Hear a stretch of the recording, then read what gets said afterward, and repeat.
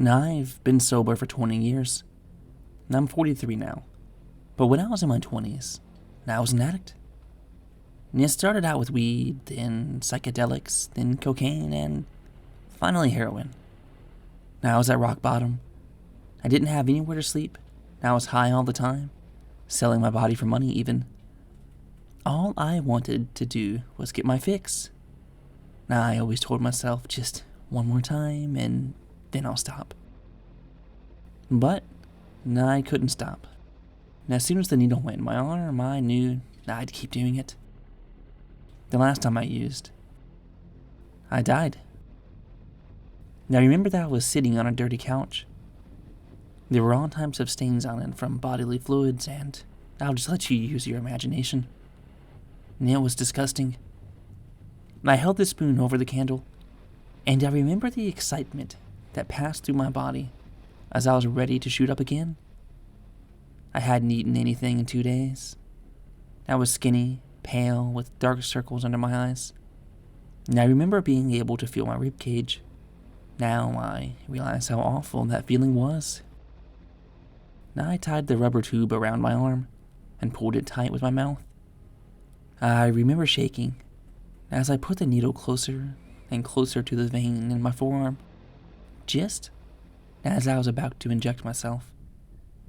I thought I heard a voice, and it was the voice of a woman. "You are loved," she said. I can only assume now it was an angel, trying to get me to stop doing what I was about to do. I played it off that I was hearing things that weren't there, but there was someone there. Someone trying to take care of me. Someone looking out for me. Now I injected myself and I could feel the warmest feeling wash over my body. And it felt like I was laying on warm sand on the beach. I felt bliss and happy. Looking back now, I realized that I wasn't at the beach. I was in a dark, disease-filled basement, killing myself. I imagined that I was on a canoe in the middle of the ocean. The warm sun was beating down on me and I was smiling. I closed my eyes. When I opened my eyes, I was laying on an old mattress, stained with blood. It was no longer warm. It was sweltering hot and my skin felt like it was on fire. I pushed myself up and looked around me. I was in some sort of prison cell, and I could see a light flickering from the outside of the cell. I stood up and walked over to the obsidian cell bars, placing my hands on them. I screamed and jumped back, looking at my hands to see that they had burned from the touch of the bars. The skin on my palms boiled and sweltered, turning a crimson red. I approached the bars again, careful not to touch them. I could see now what the flickering light was. It was coming from a giant pit. I'm not sure how big the pit was, but if I had to guess, it was as long as 3 football fields and as deep as 2. I looked in terror as I saw people in the pit. They were screaming, begging to be set free, to be let go. They were all on fire. Many of them had 3rd-degree burns, but some of them no longer had any skin at all. And I could feel a tear fall down my cheek. And those people were being tortured. And it was that moment I realized that I was in hell. And that pit was the lake of fire. Just above the lake of fire was a person. No, not really a person. Some sort of being, a creature.